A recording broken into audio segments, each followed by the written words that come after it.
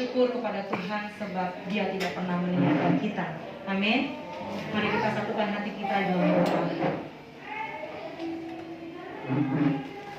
Bapa, dalam nama Tuhan Yesus, kami bersyukur buat pagi hari ini. Kami bersyukur buat setiap apapun yang sudah Kau kerjakan dalam kehidupan kami, yang membawa kebaikan dalam kehidupan kami. Terima kasih Bapa buat kasih-Mu. Terima kasih Bapa buat setiap kebaikan bahkan didikan-Mu dalam kehidupan kami. Pagi hari ini kembali kami membawa hidup kami ke dalam tangan-Mu. Kami siapkan hati kami untuk kami datang kepada-Mu. Kami rindu lawatan-Mu. Kami rindu jamahan-Mu terjadi atas hidup kami. Bapak, pagi hari ini kami minta, biarlah kuasa Tuhan turun atas kami. Kasih-Mu memenuhi hidup kami. Terima kasih Bapa, terima kasih. Kami berdoa buat setiap saudara-saudara kami yang belum hadir di tempat ini. Tuhan, Engkau menyampaikan di tempat ini dengan selamat, tak kurang satu apapun. Perlindungan-Mu sempurna atas hidup mereka. Terima kasih Bapa, terima kasih. Kami mau siapkan hati kami untuk kami memuji menyembah Engkau. Karena kami tahu ketika kami memuji menyembah Engkau dan di dalam hadirat-Mu ada kekuatan, ada pemulihan, ada kesembuhan yang terjadi atas kehidupan kami. Terima kasih Bapa. Kami menyerahkan ibadah kami pagi hari ini ke dalam tangan kuasa-Mu. Setiap hal yang bukan berasal daripada-Mu, kami mempatahkan dalam nama Tuhan Yesus. Terima kasih Bapa, terima kasih. Kami menikmati hadirat-Mu dan kuasa-Mu sepanjang ibadah kami. Terima kasih Bapa. Di dalam nama Tuhan Yesus kami berdoa dan mengucap syukur. Haleluya. Amin. Mari Bapak Ibu berikan kemuliaan buat Tuhan. Tepuk tangan buat Tuhan yang berkuasa. Allah yang kita sembah adalah Allah yang ajaib. Amin. Dia Allah yang berkuasa atas setiap kehidupan kita. Mari kita percaya di saat kita menyembah Tuhan, hadirat Tuhan boleh kita rasakan. Di saat kita menyembah Tuhan, ada kekuatan, ada kesembuhan yang boleh kita terima. Haleluya. Mari siapkan hati Bapak Ibu untuk Bapak Ibu menyembah Tuhan kita Yesus Kristus.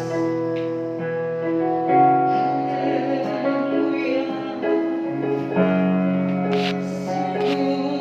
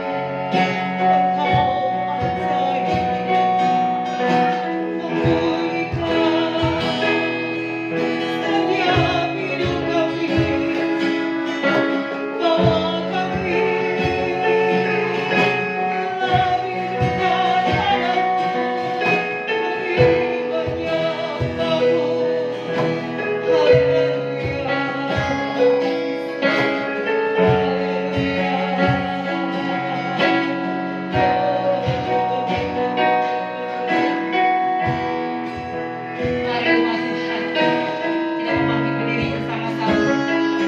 Hormati hadirat Tuhan ada di tempat ini. Kami bawa hati dan puji yang mulia. Saat kita menyembah, saat kita meninggikan Tuhan, hadirat Tuhan yang ada. Saat menyembah Tuhan, Roh bekerja atas hidup kami.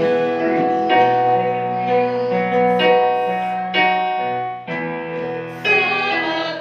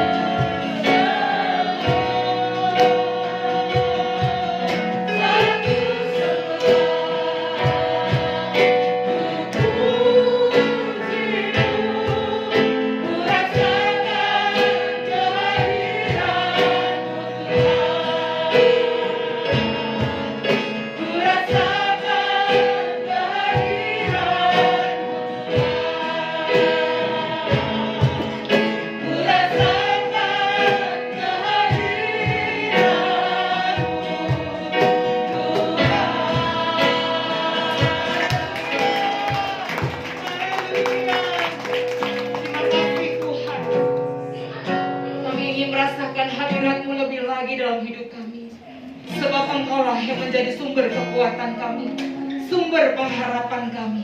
Terima kasih Bapa. Haleluya. Amin. Mari Bapak Ibu berikan senyummu dengan kanan kiri. Katakan Tuhan Yesus baik, Tuhan Yesus baik. Dan kita akan masuk gerbang Tuhan dengan hati bersyukur. Amin. Haleluya. Mari kita sama-sama dengan saya.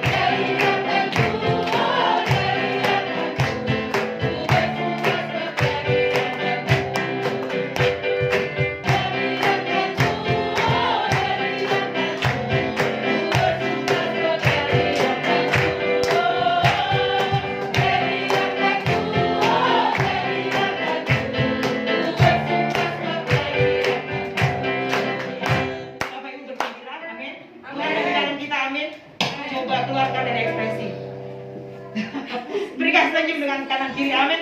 Kalau temannya nggak senyum, colek. Senyum doang buat Tuhan, amin. Haleluya. Memasuki gerbangnya dengan hati bersyukur. Lebih lagi Bapak Ibu bertepuk tangan buat ayah kita, amin. Haleluya. Haleluya.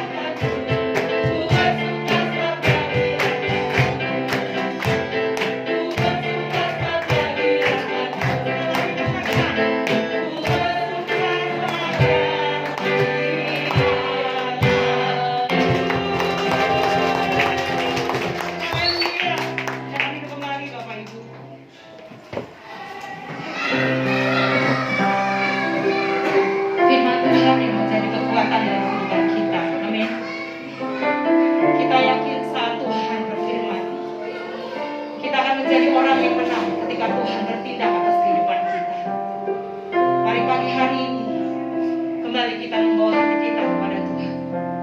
Kita semakin kuatkan iman kita dan percaya kita kepada Tuhan. Karena bagi Tuhan tidak ada yang mustahil. Haleluya.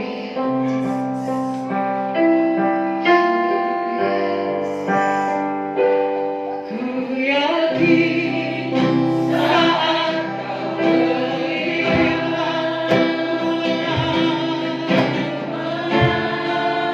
saat kau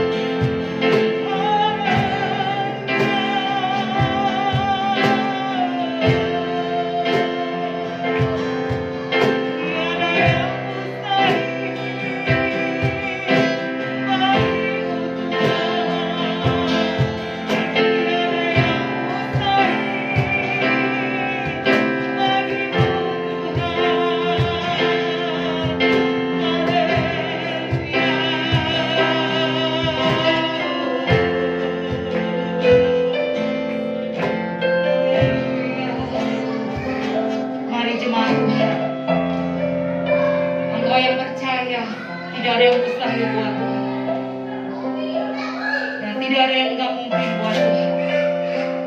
Mari bersama-sama angkat kedua tanganmu dan pujikan pujian ini bagi Tuhan.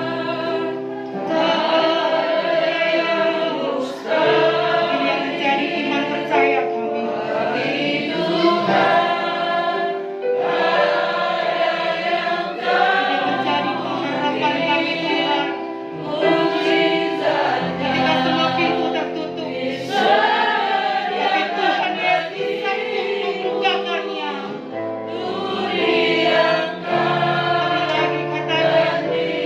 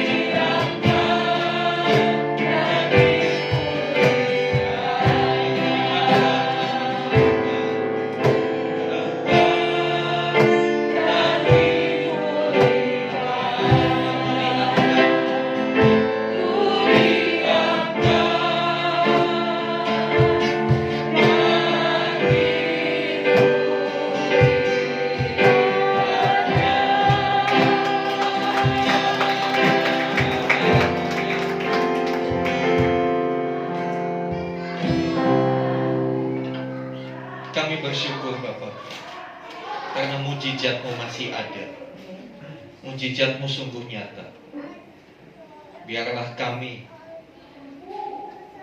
bawa iman kami untuk semakin berkembang, sampai kami melihat mujizat itu menjadi nyata dalam hidup kami. Kami bersyukur, dari lembah kelam Kau mengangkat kami, dari keadaan yang rusak Kau memulihkan kami. Sebab itu kami mau yakin ketika Kau berfirman. Kami mau yakin bahwa setiap apapun yang terjadi dalam hidup kami, semua ditentukan oleh perkataan Tuhan. Ya, hidup ini ada di dalam otoritasnya Tuhan. Biar pagi hari ini kami belajar dari firman, supaya kami boleh bersikap yang benar, berpikir yang benar, dan berlaku yang benar. Terima kasih Tuhan. Di dalam nama Tuhan Yesus kami berdoa. Haleluya. Amin. Silakan duduk Bapak Ibu Saudara. Shalom. Ya, terima kasih untuk tim Present Worship. Saudara yang dikasih Tuhan, minggu yang lalu kita sudah belajar salah satu buah roh, ya. Buah roh yang selanjutnya adalah damai sejahtera. Damai sejahtera itu apa? Ya, kondisi yang tidak ada perlawanan, tidak ada konflik, kondisi yang serba ideal.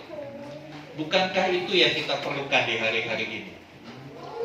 Ketika dunia semakin tidak menentu, ya, ketika ekonomi semakin sulit diprediksi mau seperti apa, kita perlu damai sejahtera. Damai sejahtera itu yang membuat kita bisa menjalani hidup dengan bahagia. Walaupun secara materi mungkin kita berkekurangan. Ya, tidak jadi jaminan juga orang yang berkelimpahan secara materi hidupnya tenang.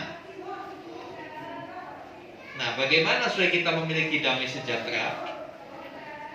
Langkah yang pertama, kita harus berdamai dengan Allah. Berdamai dengan Allah. Kita baca dulu Roma 5 ayat yang ke-10. Ya.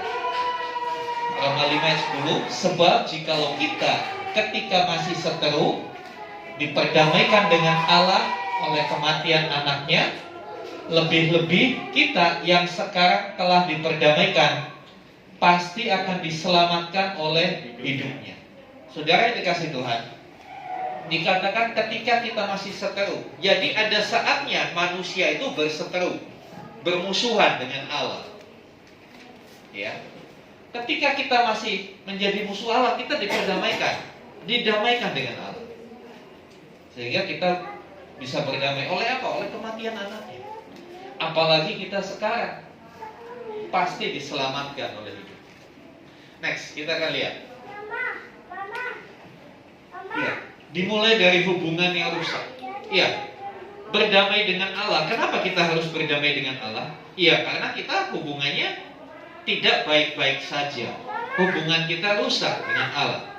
Ya, sejak manusia berdosa, kalau kita melihat di dalam Kejadian pasal yang ketiga, ya, kita tahu cerita ini, ya, manusia jatuh dalam dosa. Ada satu perintah yang dilanggar. Sebetulnya dosa yang diceritakan dalam Kejadian 3, sepintas kita melihat kenapa sih Tuhan terlalu ribet. Masalah makanan aja kok dipermasalahkan, iya kan? Urusannya kan urusan makan pada waktu itu, iya kan? Tidak boleh makan buah ini, manusia makan. Kenapa sih Tuhan ribet urusan makan aja diurusin? Nah, saudara kasih Tuhan, sebetulnya kalau kita renungkan, intinya bukan masalah makanan, tapi masalah ketaatan. Mau nggak manusia taat? Mau nggak manusia nurut? Mau nggak manusia mendengarkan dan memperhatikan perintah-perintah Tuhan? Nah, bukankah hal ini yang masih menjadi masalah untuk kita sampai hari ini? Untuk kita bisa taat, untuk kita bisa memperhatikan perkataan Tuhan, itu bukan hal yang mudah. Saudara yang dikasih Tuhan, sejak manusia jatuh dalam dosa di dalam kitab Kejadian, hubungan Allah dengan manusia itu menjadi disharmonis. Hubungan manusia dengan Allah disharmonis, tidak baik, terkendala atau rusak. Ya, kita lihat Kejadian 3 ayat yang ke-6. Kejadian 3 ayat yang ke-6, demikian firman Tuhan. Ayat yang ke-8, maaf. Kejadian 3 ayat yang ke-8. Ketika mereka, siapa mereka? Manusia itu, Adam dan Hawa. Ya, ketika Adam dan Hawa mendengar bunyi langkah Tuhan Allah yang berjalan-jalan dalam taman itu pada waktu hari sejuk, bersembunyilah manusia dan istrinya itu terhadap Tuhan Allah di antara pohon-pohonan dalam taman. Sepintas kita melihat ayat ini biasa, nggak ada yang istimewa, tapi ada sesuatu yang janggal. Kenapa mereka bersembunyi? Dalam terjemahan lain, dalam versi aslinya, bersembunyi itu dikatakan menjauhkan diri. Kenapa mereka menjauhkan diri? Kenapa Adam dan Hawa pada waktu itu menjauhkan diri? Kenapa mereka bersembunyi? Ada sesuatu kan? Kalau orang bersembunyi pasti ada sesuatu, betul kan? Contoh, kalau ada penagih hutang datang, kita belum punya duit untuk bayar hutang, gimana? Sembunyi kan? Sembunyi ke warung, sembunyi ke tetangga, sembunyi masuk dalam kamar mandi, gak keluar-keluar. Ada sesuatu yang tidak beres. Itulah yang terjadi pada waktu itu. Seharusnya pada waktu-waktu sebelumnya, ketika peristiwa ini, momen ini terjadi, manusia santai. Manusia bisa berbicara, bisa berkomunikasi dengan Allah seperti pada pasal yang kedua. Ketika manusia tertidur, Tuhan Allah melihat, waduh, tidak baik manusia seorang diri. Kemudian diciptakan Hawa dan selanjutnya dan selanjutnya. Ada hubungan yang harmonis, ada komunikasi yang lancar.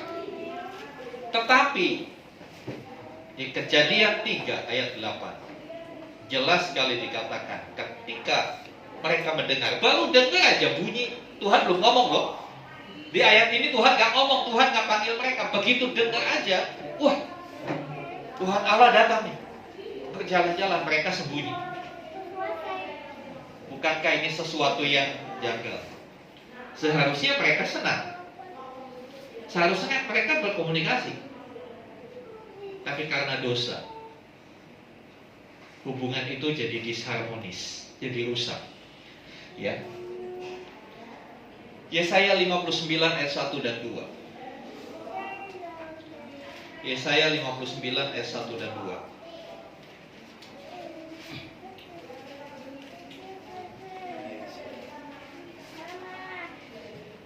Yesaya 59 ayat 1 dan 2, demikian firman Tuhan, sesungguhnya tangan Tuhan tidak kurang panjang untuk menyelamatkan, dan pendengarannya tidak kurang tajam untuk mendengar.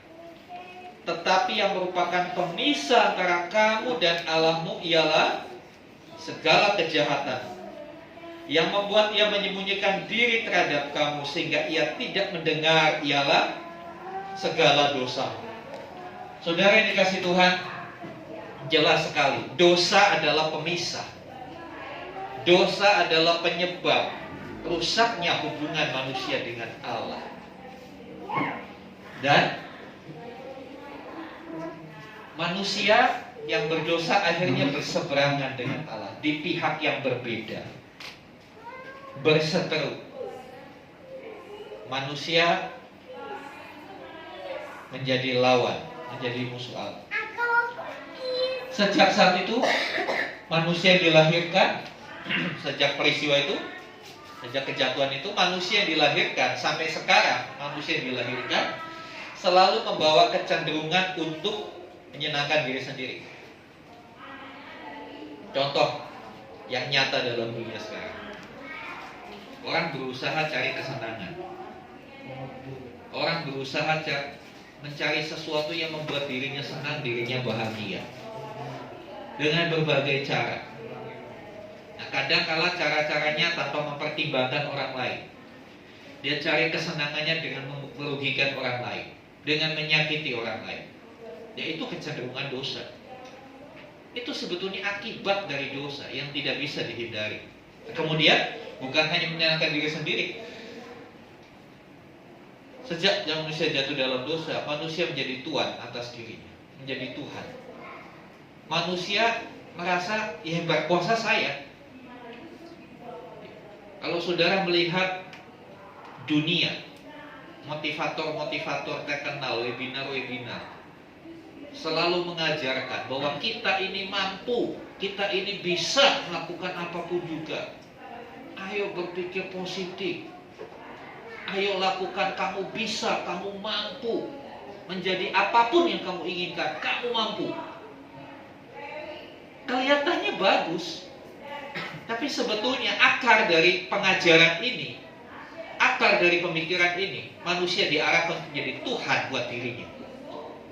Kalau saya adalah Tuhan buat diri saya, maka saya berkuasa atas diri saya. Mau apapun suka-suka saya. Ini kadang-kala harus kita waspadai. Kadang-kala di grup-grup WA suka ada kata-kata yang sepertinya bijak. Tapi kalau dikembalikan kepada kebenaran sejati, yaitu firman Tuhan, itu justru jebakan yang membuat akhirnya manusia semakin melawan Allah. Manusia merasa powerful, merasa mampu, merasa bisa. Akhirnya mengesampingkan, tanpa Tuhan saya bisa. Itu buktinya.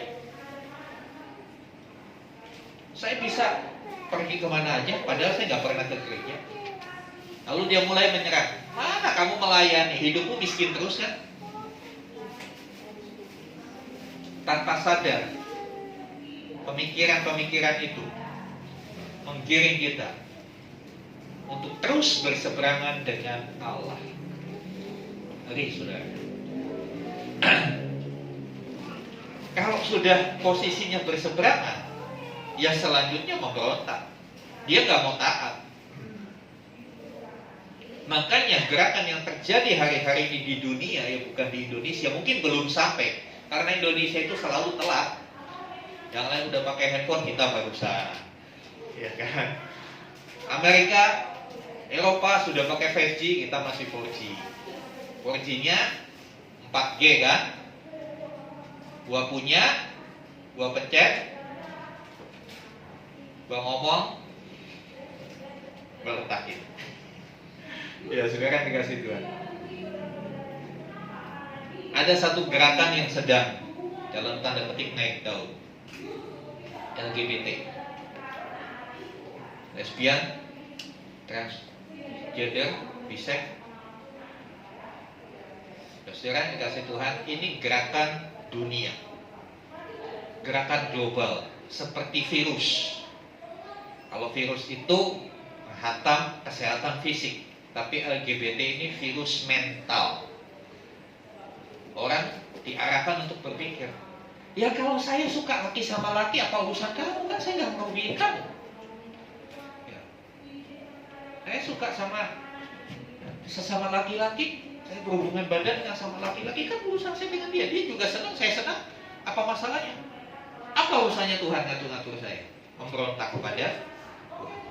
Padahal jelas Alkitab mengatakan Allah hanya menciptakan 2 jenis kelamin, pria dan wanita. Satu negara kita, satu tetangga negara kita, tetangga Indonesia, Thailand, sebelum heboh LGBT di dunia global, beberapa tahun yang lalu mereka meresmikan, mensahkan 18 jenis kelamin. Gila kan, 18 jenis kelamin. Apa aja? Gak perlu tahu. Yang jelas itu gak benar semua, gitu aja deh.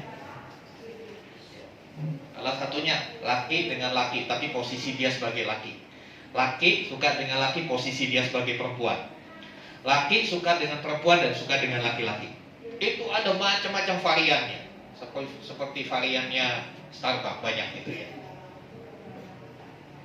Bukankah itu salah satu bentuk pemberontakan manusia dengan Allah? Melawan apa yang sudah digariskan oleh Tuhan. Dan kondisi ini membuat manusia terus menjadi setru Allah, menjadi musuh Allah. Next. Konsekuensinya apa? Ya, keadilannya menuntut hukuman atas dosa. Roma 6 ayat 23 jelas, upah dosa adalah maut. Segala bentuk dosa, segala bentuk penyimpangan, pelanggaran terhadap hukum Allah, bahkan pemberontakan terhadap Allah, ada konsekuensinya. Dan konsekuensinya cuma satu, maut. Kebinasaan, kekal. Sanggupkah manusia menjadi musuh Allah? Itu kan pertanyaannya. Beberapa orang bilang, ya kita bisa. Teknologi kita cukup canggih kok. Teknologi kita cukup canggih. Tapi mari kita renungkan. Kita sesungguhnya cuma ciptaan. Kita buatan Allah. Sama seperti alat-alat musik ini buatan manusia. Apakah alat musik ini bisa melawan pembuatnya? Tidak bisa. Kalau dia rusak, dia harus datang ke tempat pabriknya membuat. Saudara yang dikasih Tuhan, apa yang dimiliki manusia untuk dipakai melawan Allah? Kepandaian, kekayaan, ya, kekuatan, tidak akan pernah sanggup melawan Allah. Karena faktanya yang harus kita akui bahwa Allah itu Maha Kuasa. Amin. Kita nggak bisa apa. Contoh, pandemi kemarin itu sebetulnya seharusnya menyadarkan manusia. Jangankan melawan Allah, melawan virus saja manusia nggak mampu. Manusia keteteran seluruh dunia loh. Bukan berarti seluruh dunia itu nggak ada orang pintar. Banyak orang pintar, banyak ilmuwan, banyak ahli-ahli. Nggak mampu mengendalikan virus, melawan virus.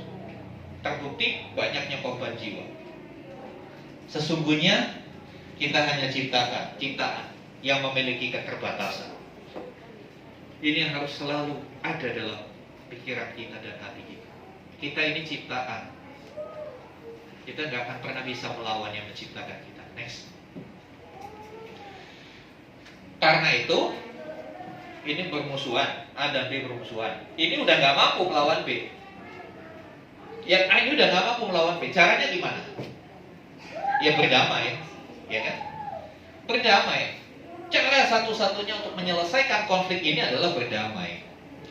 Cara satu-satunya untuk menghindarkan konsekuensi dosa, yaitu maut, adalah berdamai dengan Allah. Ya. Tapi masalahnya kita tidak bisa berdamai dengan usaha kita sendiri. Dengan cara kita sendiri nggak bisa. Ya. Kenapa Yesaya 64 ayat 6? Yesaya 64 ayat 6.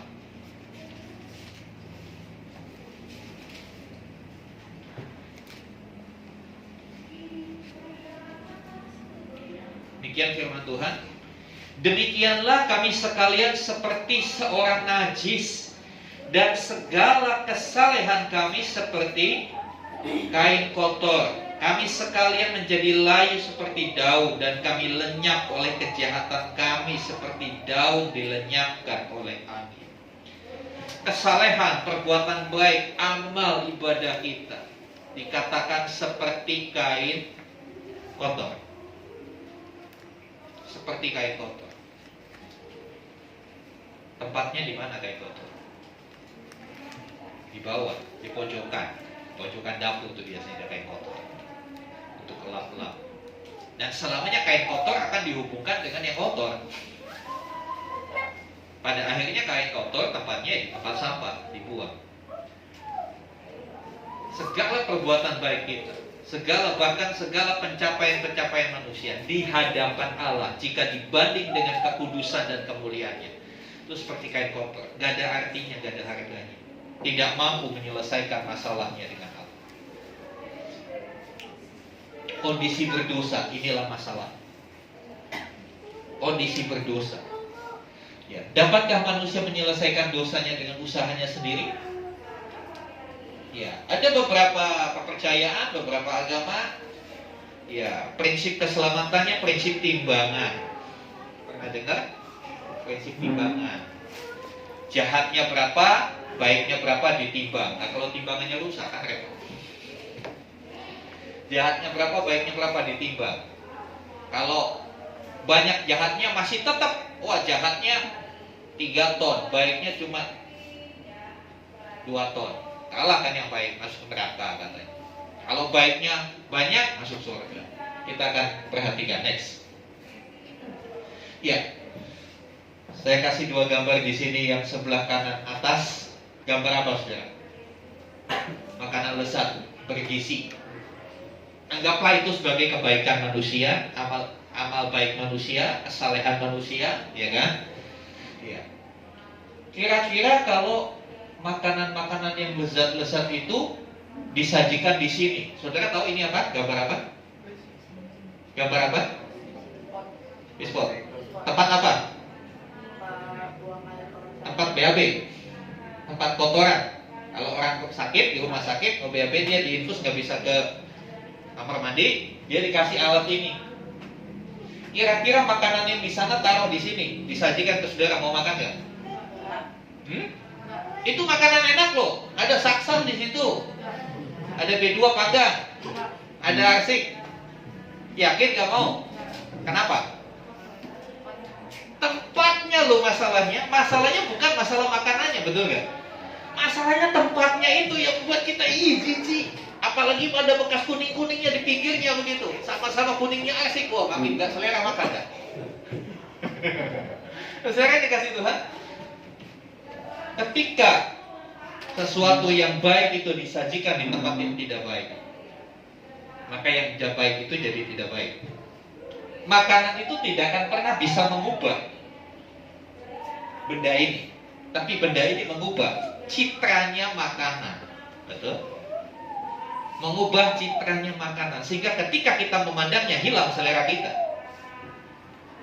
Kalau ada yang berani makan di tempat begini, kita tes, saya kasih 100.000, berani nggak? Oh enggak Pak, nggak mungkin Pak. Masuk sedikit sudah tumpah, karena kita kebayang. Seperti itulah kebaikan manusia, perbuatan baik manusia, seperti makanan yang ditaruh di piskot. Kenapa? Yang rusak itu bukan perbuatan baiknya yang salah, tapi hati kita yang sudah jadi seperti piskot. Hati kita yang penuh dengan kekotoran. Ini yang harus diganti, betul nggak? Ini diganti dulu. Hati ini yang harus diganti. Yang penuh dengan dendam, penuh dengan kemarahan, benci, pokoknya sampai 7 turunan gak akan saya maafkan dia. Banyak kan kata-kata seperti itu. Belum sampai 7 turunan lu udah mati. Iya kan? Belum sampai 7 turunan udah mati, tapi katanya 7 turunan kesalahannya gak akan saya maafkan. Hebat banget ini. Itulah gambaran hati manusia. Seperti pistol hati kita. Segala yang kotor ada di hati kita. Segala yang najis.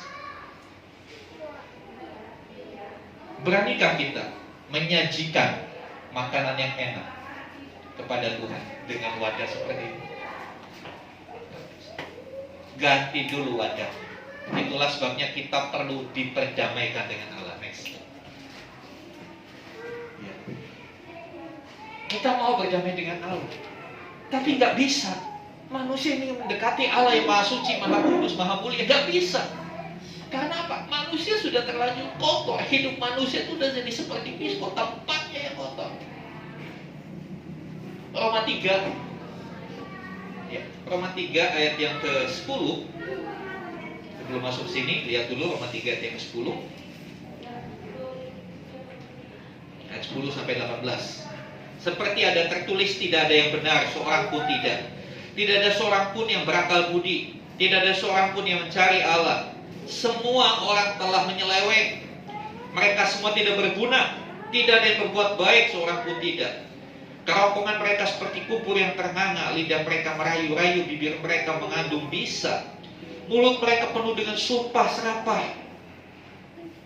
Kaki mereka cepat menumpahkan darah. Keruntuhan kebinasaan mereka tinggalkan di jalan mereka, dan jalan damai tidak mereka kenal. Rasa takut kepada Allah tidak ada pada orang itu. Inilah gambaran manusia pada umumnya. Hatinya cenderung kepada yang jahat. Rasa takut tidak ada pada orang itu. Mulutnya penuh dengan sumpah serapah. Seringkali kan kita ketemu. Sadar gak kita kadang-kala mulut kita penuh dengan sumpah serapah? Yang paling gampang di jalanan ketika macet, ketika saudara disalib, mobilmu baru dicuci, tiba-tiba ceplok kena air. Bego lu, pulang aja, tolong. Saya ketawa kalau ketemu supir Grab yang begitu. Saya bilang, yang tolong itu kamu marah-marah di sini, dia nggak dengar di sana. Ngoceh-ngoceh di marah-marah gitu. SIM-nya kasih nembak kok, begini. Saya bilang, Pak, dia nggak dengar, Pak.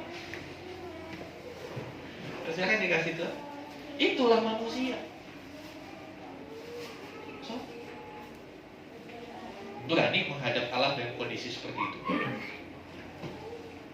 Sebab itu Allah tahu manusia selamanya tidak akan pernah bisa mencapai standarnya Tuhan. Karena itu di sini Allah berinisiatif. Segala usaha manusia tidak mungkin berhasil mencapai perdamaian. Karena tuntutan keadilan Allah, hukuman dosa maut, dan tuntutan Allah adalah kesempurnaan. Maka Allah yang penuh kasih itu berinisiatif. Karena dia lihat manusia nggak mampu, dia berinisiatif. Dia yang mendahului untuk mengusahakan perdamaian dengan Allah. Karena biar bagaimanapun, kalau kita kembali ke asal mula kita ketika kita diciptakan, iya kita dari debu tanah. Tapi ingat, Allah menghembuskan nafas itu. Jadi ada bagian dari diri Allah yang tinggal di dalam manusia, yang kita kenal dengan istilah roh. Manusia adalah makhluk yang memiliki roh. Roh itu yang akhirnya membuat manusia bisa sadar akan keberadaan Allah. Itu yang tidak dimiliki oleh kucing dan anjing. Anjing gak akan pernah bisa mengerti bahwa ada pencipta. Dia gak bisa berhubungan dengan sang pencipta. Tapi manusia berbeda. Kita punya satu yang lebih. Kita punya roh Allah. Karena itu caranya, bagaimana Allah mengusahakan perdamaian itu?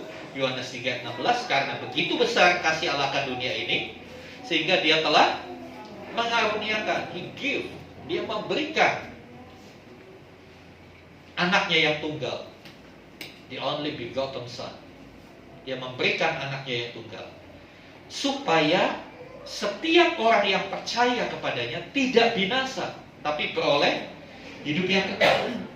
Dia mengaruniakan anaknya tunggal Yesus Kristus. Pengertian Yesus anak Allah, tolong dipahami dengan benar. Ini analogi, bukan berarti Yesus lahir dari Allah Bapa dan Ibu Allah. Saya suka kasih gambaran, kita mengenal yang namanya anak kunci, betul? Anak kunci apakah hasil pernikahan ibu kunci dan bapak kunci? Tidak. Kita mengenal juga istilah anak panah. Apakah anak panah itu hasil perkawinan bapak panah dan ibu panah? Itu hanya istilah yang menunjukkan berasal dari. Yesus anak Allah, berarti Yesus berasal dari Allah karena dia sesungguhnya Allah sendiri. Ya. Penyalibannya melunasi hukuman atas dosa semua yang mau percaya. Kebangkitannya adalah jaminannya. Jadi dengan penyalibannya dia menyelesaikan. Seharusnya yang dihukum manusia yang berdosa, saudara dan saya. Tapi dia menggantikan posisi kita. Karena kita tidak mampu menerima itu. Dia menggantikan posisi kita. Karena dia Allah, kematian tidak dapat menguasai dia. Sebab itu Yesus berkata, aku adalah jalan, kebenaran, dan hidup. Karena dia hidup, kematian tidak bisa menguasai dia. Manusia hidupnya dari Allah, bukan sumber hidup. Oleh sebab itu, manusia pasti mati. Siap nggak siap? Kalau Tuhan sudah panggil, pasti mati. Selanjutnya kita lihat.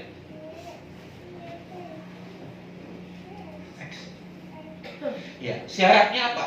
Ya, ada kabar gembira. Syarat untuk memperoleh pendamaian itu ternyata gratis. Gak perlu gesek kartu ATM, gak perlu bayar pakai OVO, gak perlu transfer pakai Dana, gratis. Tidak mengeluarkan apapun secara materi. Ya benar, berdamai dengan Allah itu gratis, hanya dengan percaya kepada Yesus Kristus. Percaya kepada Yesus Kristus yang adalah Tuhan dan Juru Selamat. Arti kata Tuhan adalah yang berkuasa sepenuhnya. Arti kata Juru Selamat adalah yang menyelamatkan. Ya, Yohanes 1 ayat 12. Yohanes 1 ayat 12, demikian firman Tuhan. Tetapi semua orang yang menerimanya diberinya kuasa supaya menjadi anak-anak Allah. Siapa? Yaitu mereka yang percaya dalam namanya.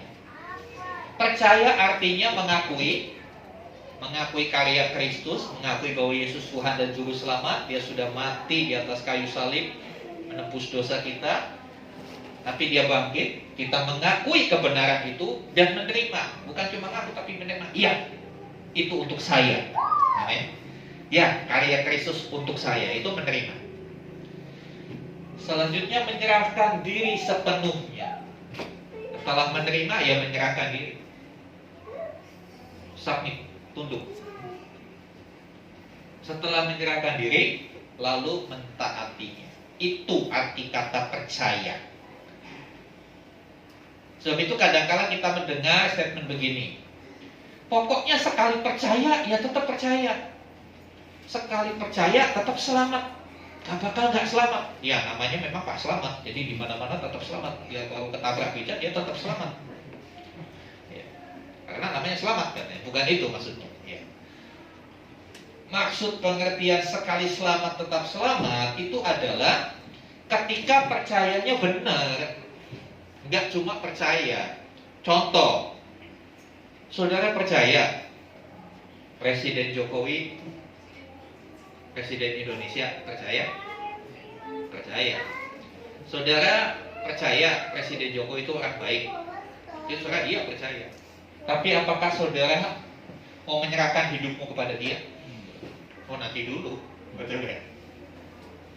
Apakah saudara mau mentaati dia sepenuhnya, disuruh apapun mau? Oh nanti dulu.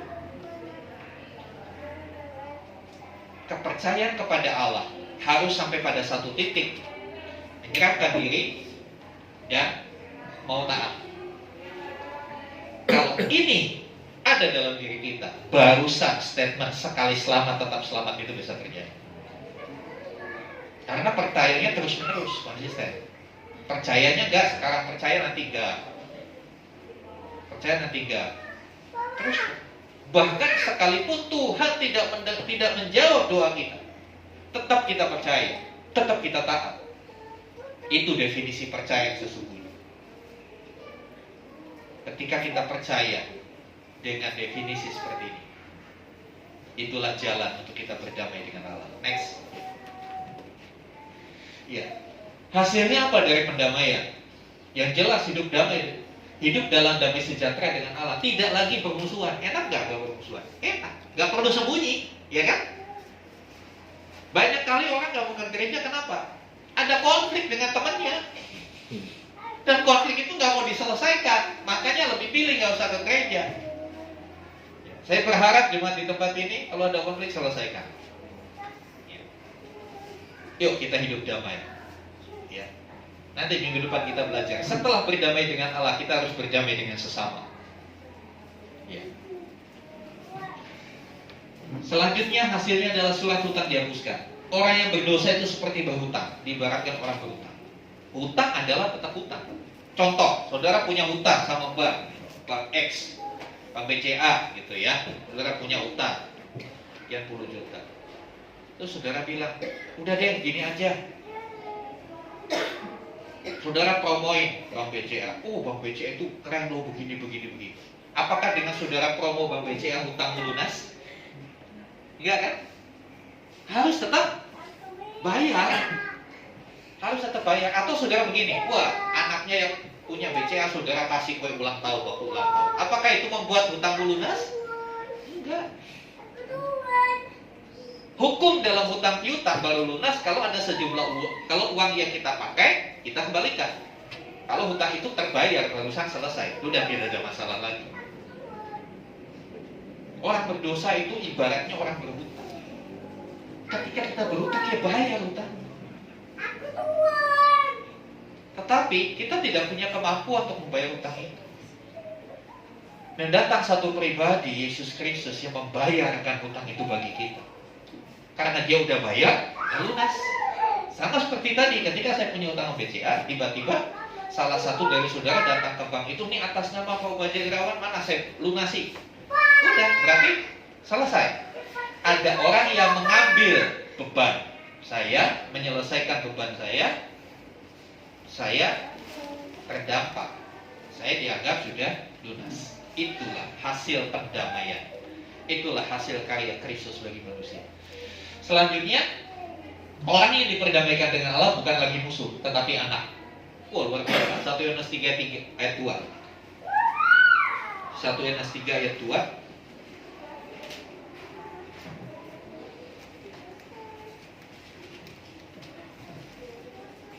Demikian firman Tuhan, saudara-saudaraku yang kekasih, sekarang kita adalah anak-anak Allah. Tetapi belum nyata apa keadaan kita kelak. Akan tetapi kita tahu bahwa apabila Kristus menyatakan dirinya, kita akan menjadi sama seperti Dia. Sebab kita akan melihat Dia dalam keadaan yang sebenarnya. Dikatakan kita adalah anak. Bayangkan, dari musuh diangkat anak, kan luar biasa. Benar-benar diangkat. Makanya tadi pujian tadi dikatakan, ku diangkat dan dipulihkannya. Karya Kristus membuat kita diangkat dari kondisi kita yang adalah musuh, diangkat jadi anak. Hubungan yang rusak itu dipulihkan. Saudara, selanjutnya, hati nurani kita telah dibersihkan. Tadi yang gambar Kristus bukan cuma dicuci, diganti dengan hati yang baru. Makanya orang yang benar-benar sudah menyerahkan hidup bagi Kristus, seharusnya hatinya baru. Hatinya gak gampang jengkel, gak gampang galau, gak gampang baper. Hatinya menjadi hati yang mudah mengampuni, hati yang lemah lembut, mudah dididik. Karena itu akibat dari hidup yang sudah berdamai dengan Allah. Ya, selanjutnya kita dapat menghampiri tahtanya. Kita boleh masuk hadirat. Ya kan? Kita tidak takut datang kepada Tuhan. Kita bisa berdoa kapanpun, dimanapun. Ya. Makanya dalam keyakinan kita tidak ada baju khusus untuk berdoa. Betul? Kalau berdoa harus pakai ini enggak. Karena berdoa itu urusan batin, bukan urusan penampilan. Urusan batin, bukan urusan tempat. Dimanapun saudara bisa berdoa, nggak harus datang ke sini dulu berdoa. Enggak.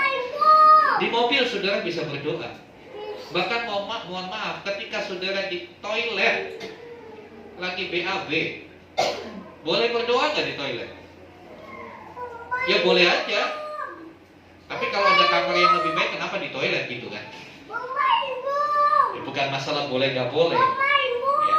Oke, selanjutnya yang luar biasa, Roma 6 ayat 23b, sebab upah dosa ialah maut, tetapi karunia Allah ialah hidup kekal di dalam Kristus. Kita beroleh hidup yang kekal. Upah dosa maut, tapi setelah berdamai dengan Allah, dosa diselesaikan, maut dibatalkan, kita beroleh hidup kekal. Coba renungkan sejenak, hidup kekal terus menerus. Kekal itu terus menerus, unlimited. Itulah yang Tuhan sediakan bagi kita. Selanjutnya, next. Selanjutnya bagaimana? Ya, berilah dirimu diperdamaikan dengan Allah. 2 Korintus 5:20.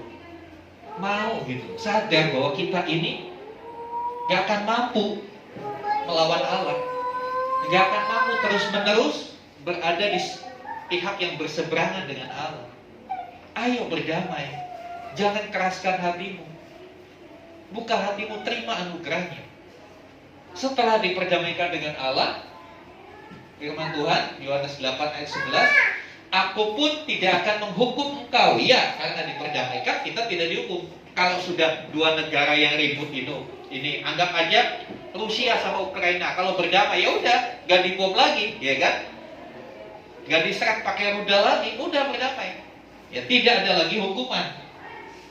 Nah, selanjutnya pergilah dan jangan berbuat dosa lagi mulai dari sekarang. Ini yang saya tulis paling bawah pakai warna merah, itu yang sering kali kita langgar. Benar apa betul?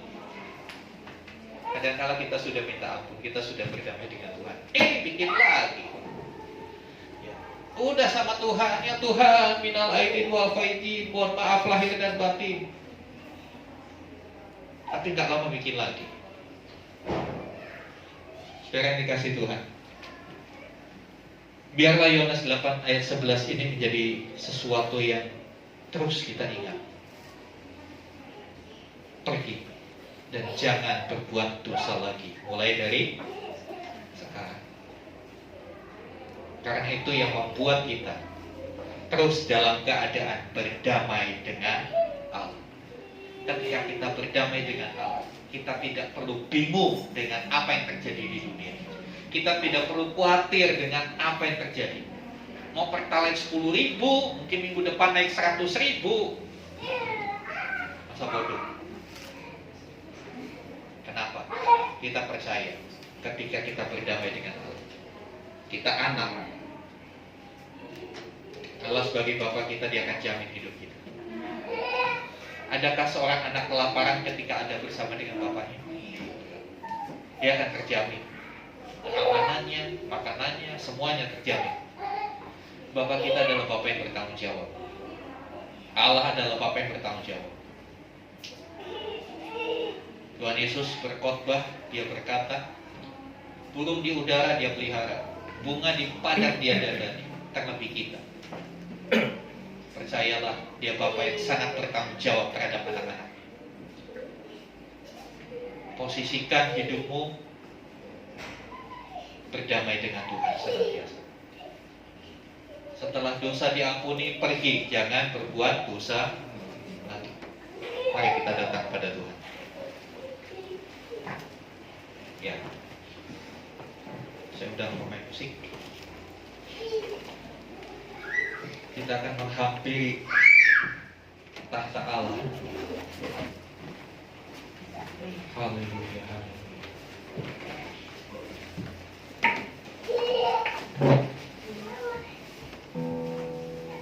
Kita menaikkan pujian tadi. Ku yakin saat Kau berfirman.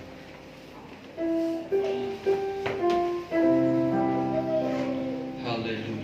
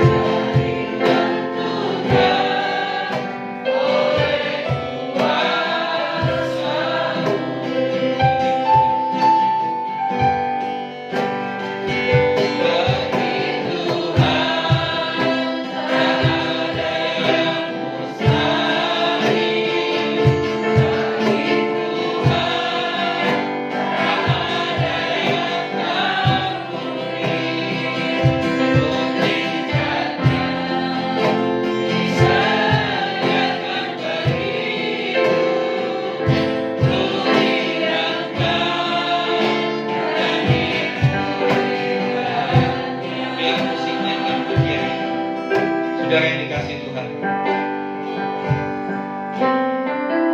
yakinkah kau akan firman Tuhan?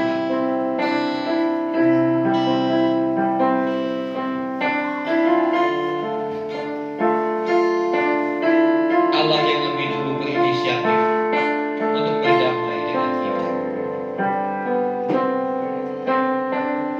melalui Tuhan Yesus yang sudah mati di atas kayu salib dan bangkit kembali.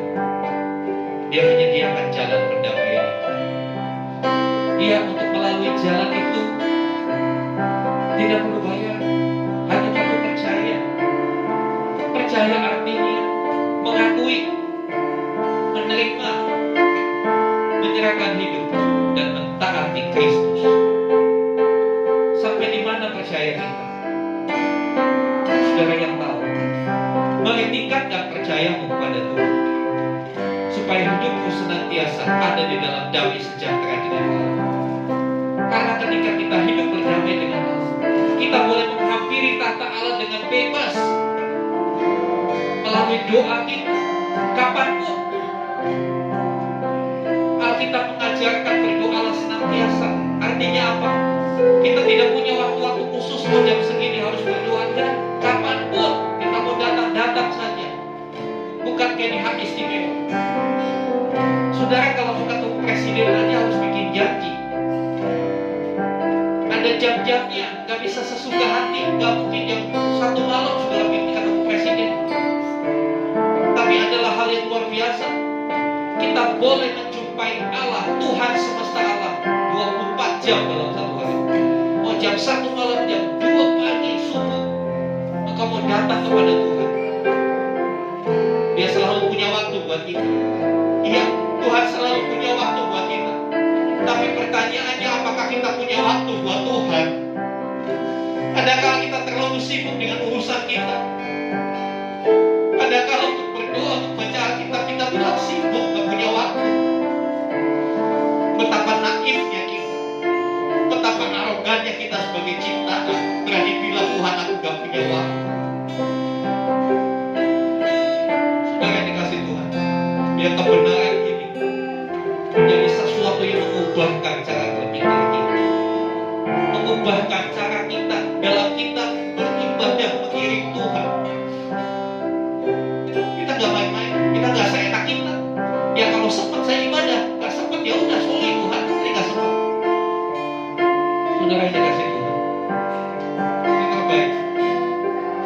sudah melakukan hal yang luar biasa bagi kita.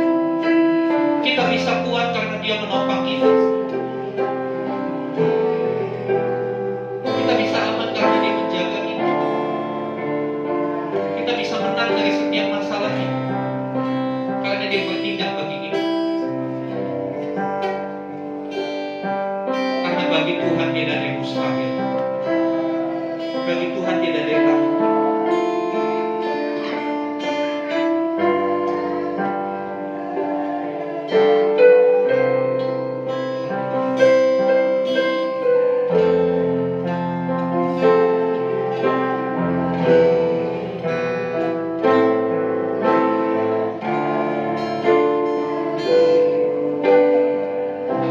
Bagi Tuhan tidak ada yang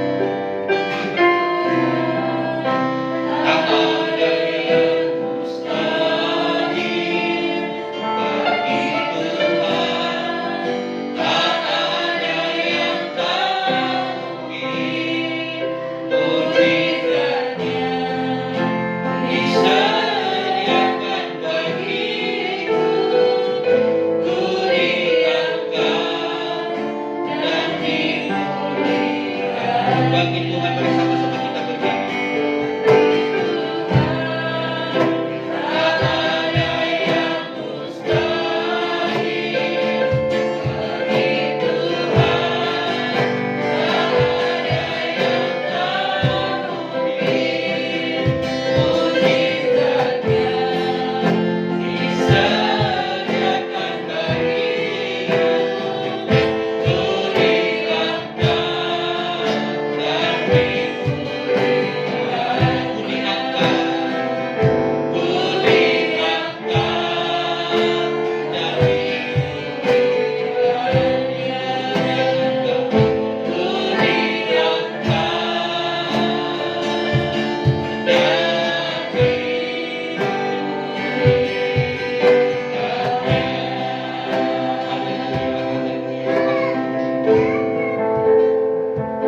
Adakah saudara rindu berdamai dengan Tuhan?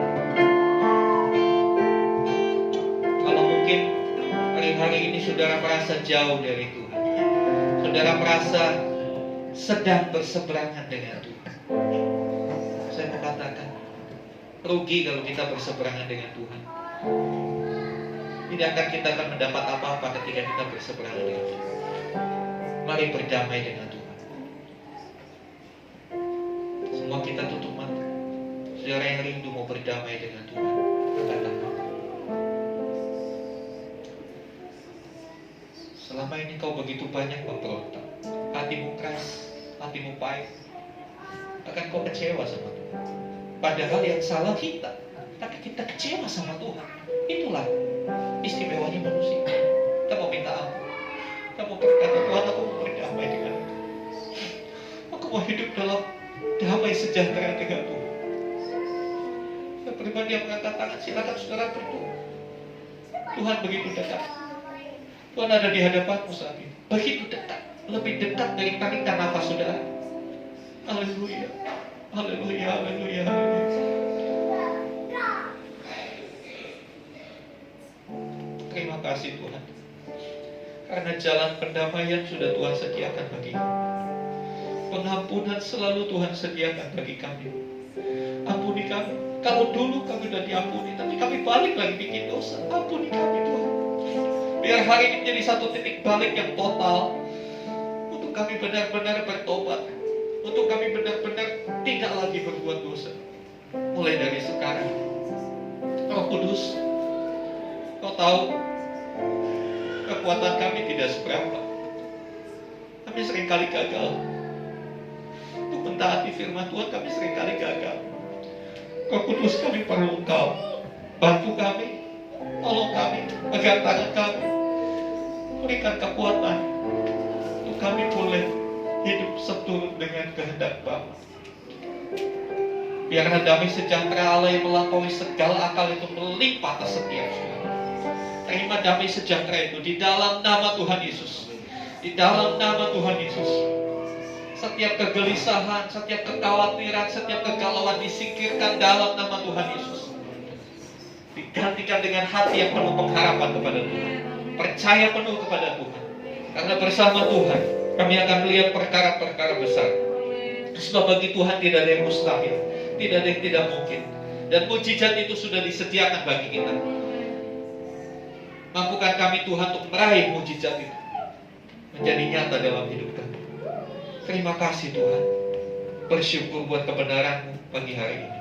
Di dalam nama Tuhan Yesus kami berdoa. Haleluya. Haleluya. Amin. Amin. Silakan duduk saudara. Kiranya kebenaran firman Tuhan bisa membuat kita semakin mantap dengan Tuhan. Tiba saatnya kita memberikan korban persembahan kepada Tuhan. Saya minta nanti untuk pengumuman, saudara dikasih Tuhan, Natal sudah semakin mendekat.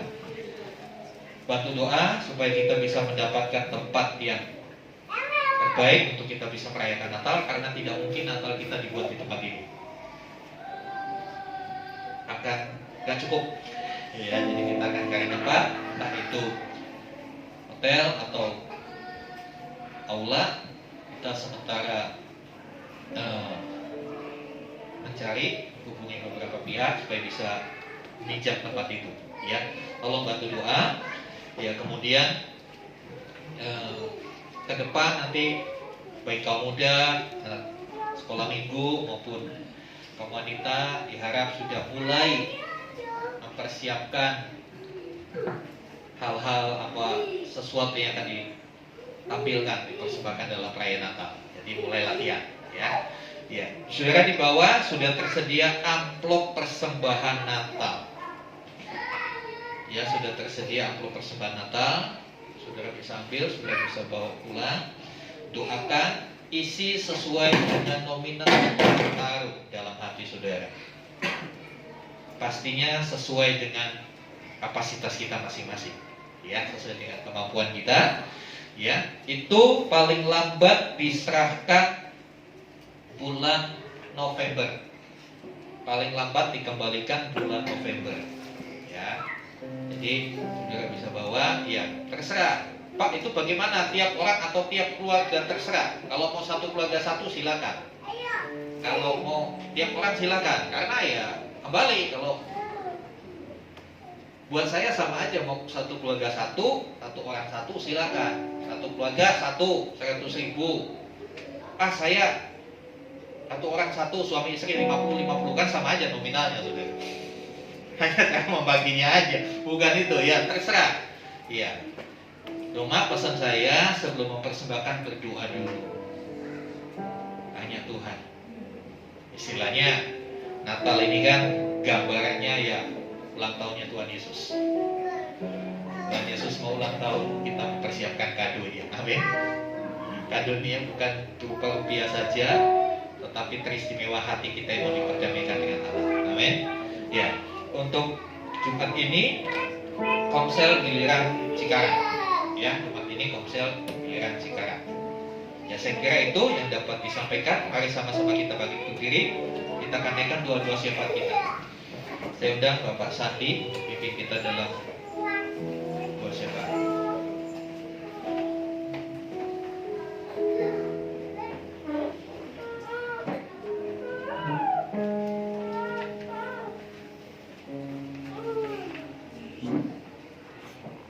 Mari kita bersatu dalam doa. Bapa yang kudus, yang mulia, kami dalam nama Yesus, kami mengucap syukur Tuhan untuk hari ini Tuhan, terkhusus untuk ibadah kami. Kami percaya Tuhan, bila setiap firman yang ditabur Tuhan itu boleh berbuah dalam setiap hati kami, dan kami mau belajar mengaplikasikannya Tuhan dalam hidup kami sehari-hari. Kami mau terus berdamai dengan Tuhan, karena kami tidak bisa hidup tanpa Engkau ya Bapa. Kami tahu kelemahan kami tahu kekurangan kami. Ialah Tuhan yang tambah-tambahkan setiap apa yang kurang dalam hidup kami, apa yang tidak berkenan. Tuhan ubahkan semuanya agar berkenan di hadapan-Mu Bapa. Setiap perbuatan kami, setiap perilaku kami, apapun Tuhan yang ada pada kami minta Tuhan sesuatu yang baru yang daripada Tuhan itu melingkupi hidup kami, sehingga kami boleh diberkati dan menjadi berkat dimanapun kami berada Bapa. Terima kasih Tuhan untuk firman-Mu Tuhan.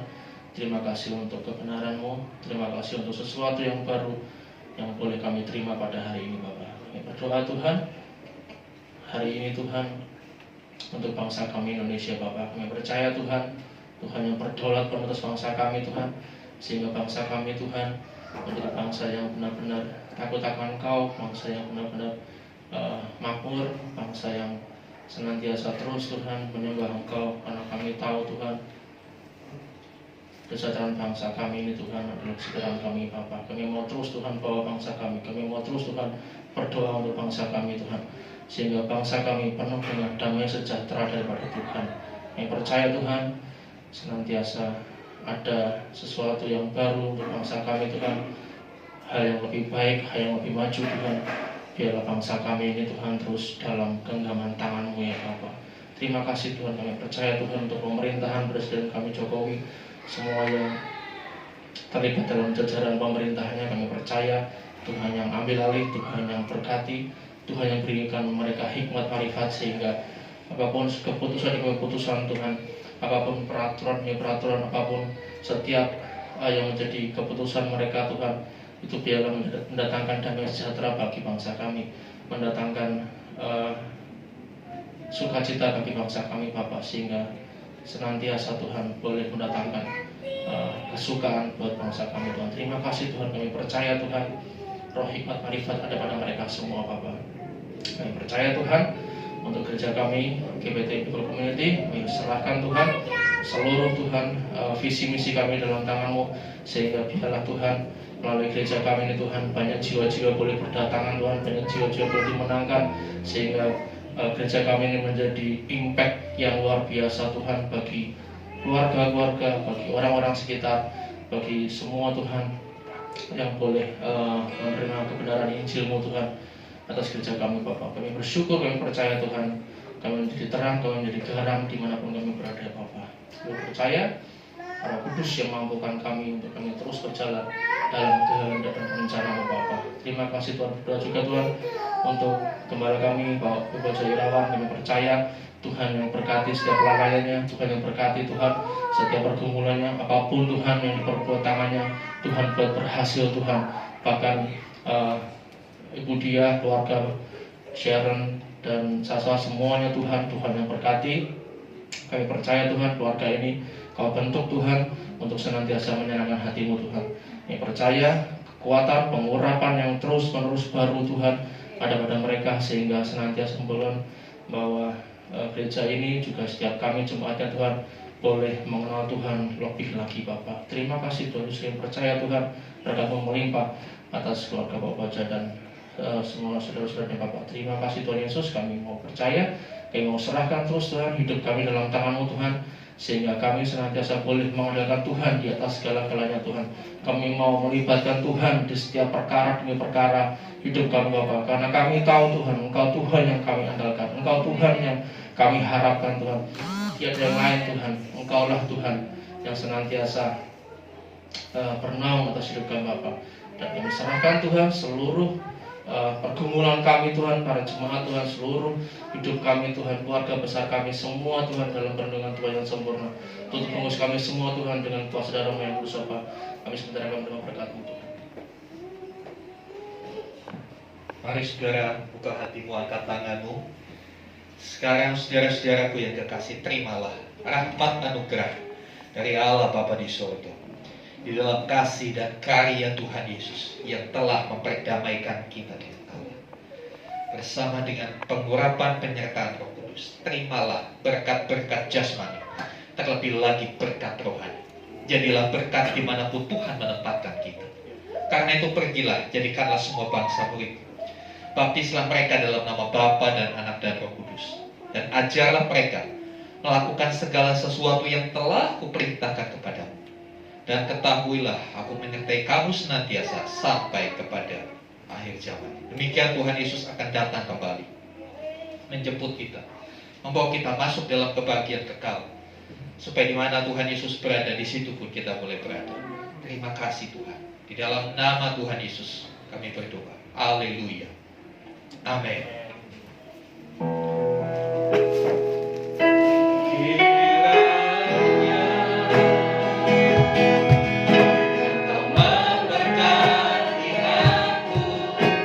berlimpah